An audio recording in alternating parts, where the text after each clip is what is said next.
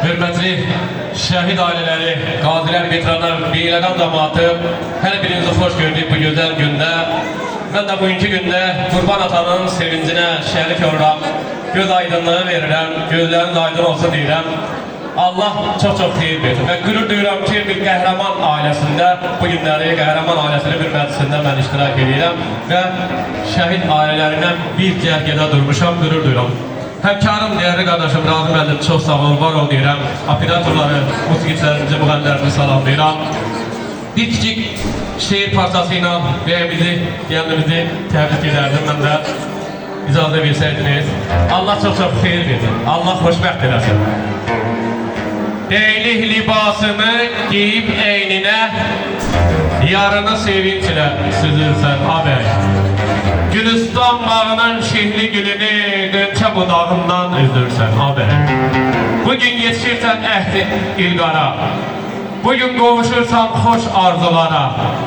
Həsrətin çəkdiyin o nazlı yara, Tanrıdan verilən nəzirsən haber. Xoşbəxtlik qönçəsi üzünə qonsun, həsrət ağrıları buzlaşıb donsun. Beyləqan igid bilib, qoy igid sansın. İgidlər içində gizirsən haber. Tanrıdan arzumdur səni şad görüm, xəfif fikirlərə düşmən yad görüm.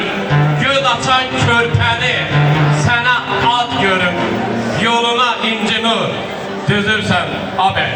Mən sizdən bir xahiş edirəm, bir alqış gəlsin bəyimizin, gəlinimizin şərəfinə, ürəkdən alqış gəlsin. Və 1-ci Qarabağ müharibəsində, 2-ci Qarabağ müharibəsində düşmənə öz gücünü göstərən qəhrəman beyləqan cəmaatını bir ürəkdən alqışlayaq. Yağış kəsdi, bir sakitlik yarandı. Söğütülərin saçaqları darandı. Bura beyləqandı, bura arandı. Düzlərdən gül çiçək dərməyə gəldim. Yurdumu, yuvamı görməyə gəldim. Nəzər saldım araz boyu kəndlərə, bin bərəkət səpilmişdir hər yerə. Hər baxsan ürək açan mənzərə, çəməndə bir süfrə sərməyə gəldim. Yurdumu, yuvamı görməyə gəldim. Hələ açılmamış gözü səhərin, yalmanına yatıp qaşqa kəhərin, yad eyləyib ölən qara şəhərin, tarixə bir salam verməyə gəldim. Yurdumu, yuvamı görməyə gəldim. Eşq olsun beyləqanlara. Və bu günləri vaxtınızı alıram, üzr istəyirəm. Şəhid ailələri, mən də bir cərgədə durmuşum, bir dayanda bir çıxış etmək istərdim. Bizim şərəfimizi, namusumuzu qoruyub, öz yarlarını, balalarını, analarını, atalarını, bacı qardaşlarını gözü yaşlı qoyub gedən şəhidlərimizin, bütün şəhidlərimizin əziz xatirəsinə bir dəyərli qardaşımızın şeirini siyad edirəm. Bu gecə yoxuma bir şəhid gəldi. Söylədi hardasan mənə azalım. Mən nə istərdim körpə balamı, sənin tək qollarım üstünə alım. Bu gecə yoxuma bir şəhid gəldi. Bir məktub uzatdı bir uca tonla, bunu sevgilimə verərsən dedi. Əlvida yazmışdı məktuba qanla.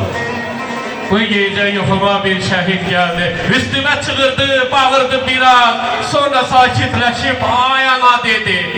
Ağlayıb anasını çağırdı biraz.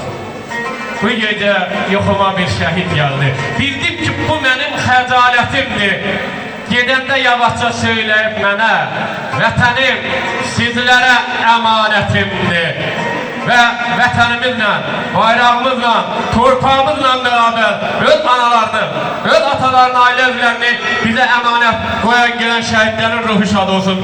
Onların ruhu qarşısında baş əyərək, qazilərimizə şəfa, veteranlarımıza can sağlığı arz edirəm. Diqqətinizə görə təşəkkür edirəm. Çox sağ olun, var olun deyirəm.